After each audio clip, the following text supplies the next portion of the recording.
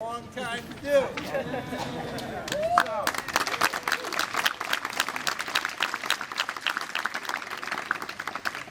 before we remove the shroud, I think it only appropriate to say a word or two about Niobe, especially because she is the star of today's show. In ancient Greek mythology, Niobe was the daughter of wealthy King Tantalus. Niobe's husband was named Amphion, and they were the first king and queen of the city of Thebes in central Greece. Niobe had 14 children, 7 sons and 7 daughters, of whom she was inordinately proud.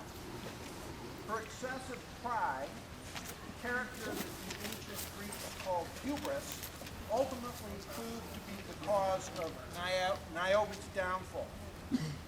Niobe disastrously displayed her hubris on the feast day of the goddess Latona. Specifically, Niobe mocked Latona and refused to participate in religious ceremonies honoring that goddess. Niobe justified her dismissive attitude towards Latona because the goddess was neither richer nor more powerful than she, or at least that's what Niobe thought.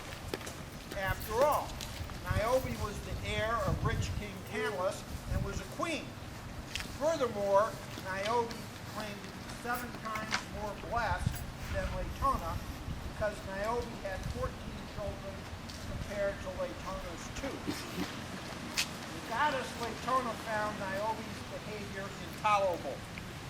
To avenge their mother's honor, Latona's twin children, the sun god Apollo and the moon goddess Diana, rained down arrows, slaughtering all of Niobe's children before her very eyes. The statue that you will see in just a few minutes depicts Niobe trying to use her shawl to protect one of her daughters moments before the young girl is cut down by arrows. Hearing Niobe's wailing as she witnessed the death of her beloved children, Amphion rushed to the scene. He immediately understood that his wife had deeply offended divine authority and fell on his own sword, killing himself. The gods, however, were not satisfied that the complete destruction of Niobe's family was sufficient punishment for her sin. As an additional measure, they transformed Niobe into stone and commanded that she weep perpetual tears.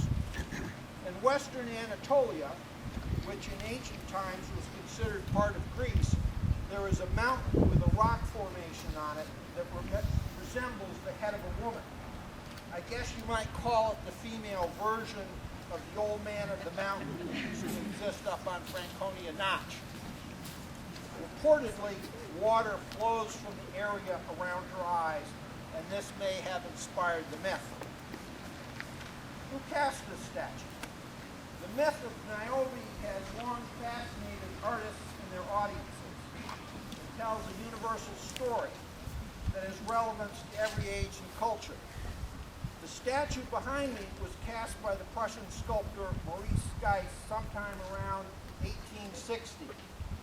Geis was an early innovator of zinc statuary and helped popularize it. You will note that zinc statues were painted white to give the appearance of marble, and that technique works quite well.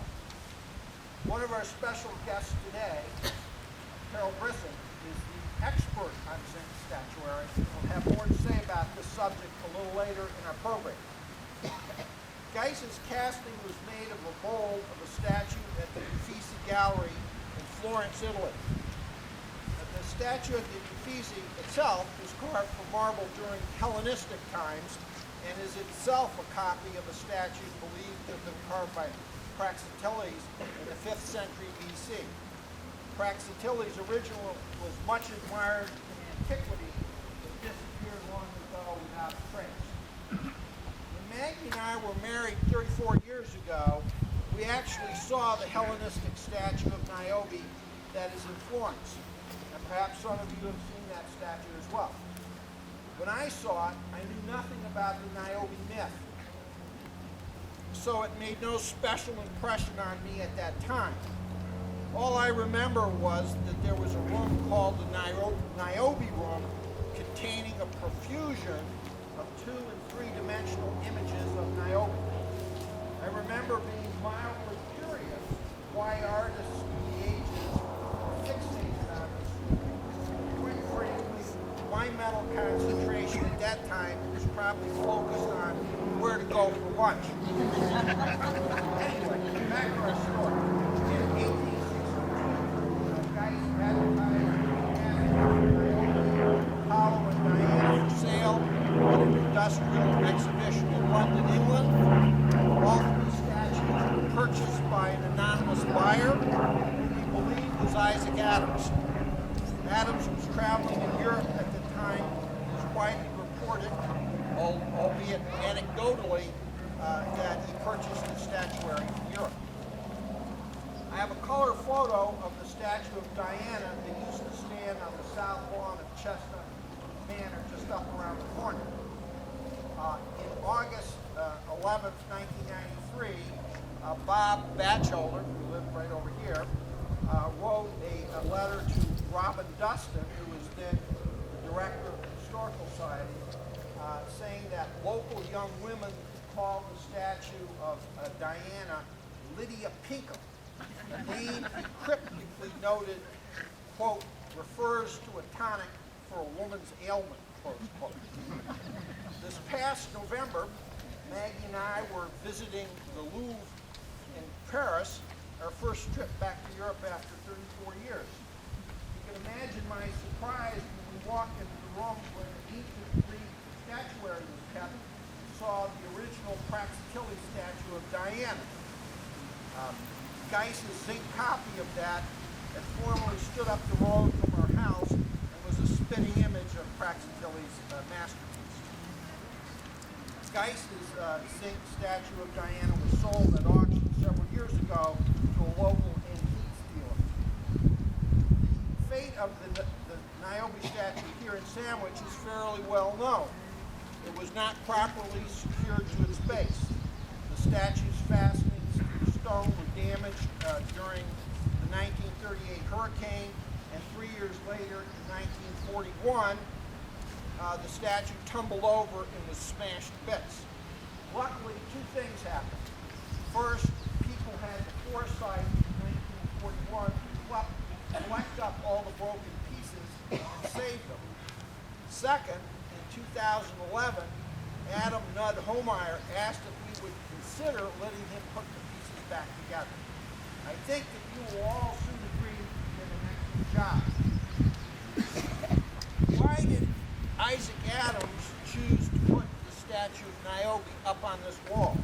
You can see he went to some considerable effort to do that. This piece of basalt right here was specially quarried up in Vermont, brought down on a train from St. Johnsbury to Meredith, and then ox carted over here. You can see this pedestal, 135 years, probably hasn't moved hardly at all. Nobody knows the answer to this question for sure, why he put it here. I've given you my theory in the program material. It goes something like this. When Adams was 19, he decided to leave Sandwich and resettle in Boston, where there were better economic opportunities. Adams asked his neighbors to lend him the coach fare, which he would repay once he got a job in Boston. His neighbors, who undoubtedly included William Lee, who lived up in our house right up on the corner, refused his request, telling him that he was of no account and they would never see him or their money again. Adams reportedly bristled at this rebuke and swore that he would work his way to Boston, become successful, and return to Sandwich rich enough to buy any land he wanted. Adams kept the fact after inventing the steam-powered press that revolutionized printing. He returned to Sandwich a multi-millionaire. He bought up many farms in the Sandwich Lower Corner neighborhood here and proceeded to knock down all the buildings.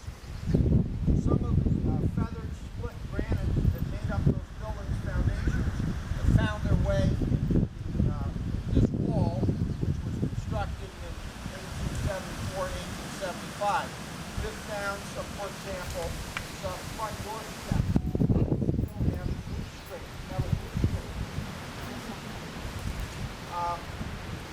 Perhaps this was Adam's way of likening himself to the ancient Greek gods, saying to the citizens of Sandwich that they were wrong to have mocked him and to have called him no account youth. In fact, perhaps in Adam's mindset, they should have looked up to him with great deference, especially because he contains far more power and wealth than any of them.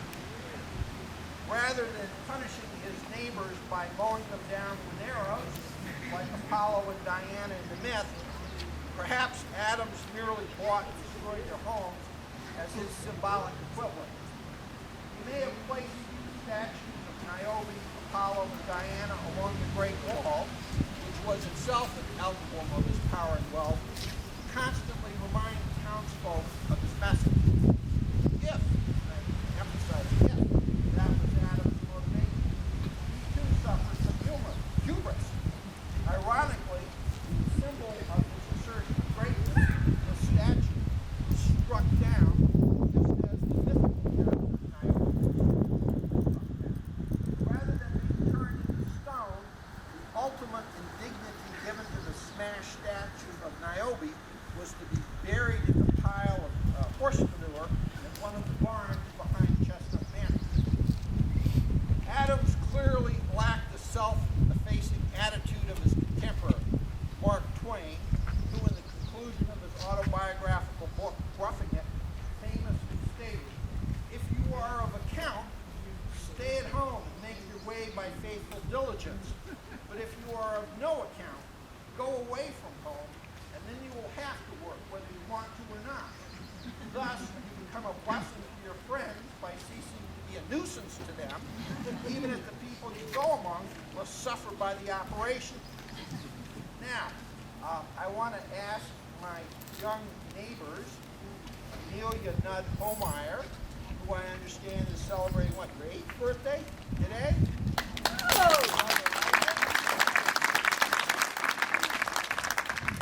Namesake of Mr. Adams, to help me unveil Niobe. And before they do that, I want to remind you, after you've had an opportunity to take some pictures, come on back up over to the lawn chair area, get seated and comfortable, and we'll continue with our program. I don't want you standing out in the road too long. So, are you guys ready? Okay, ladies and gentlemen, after a 71-year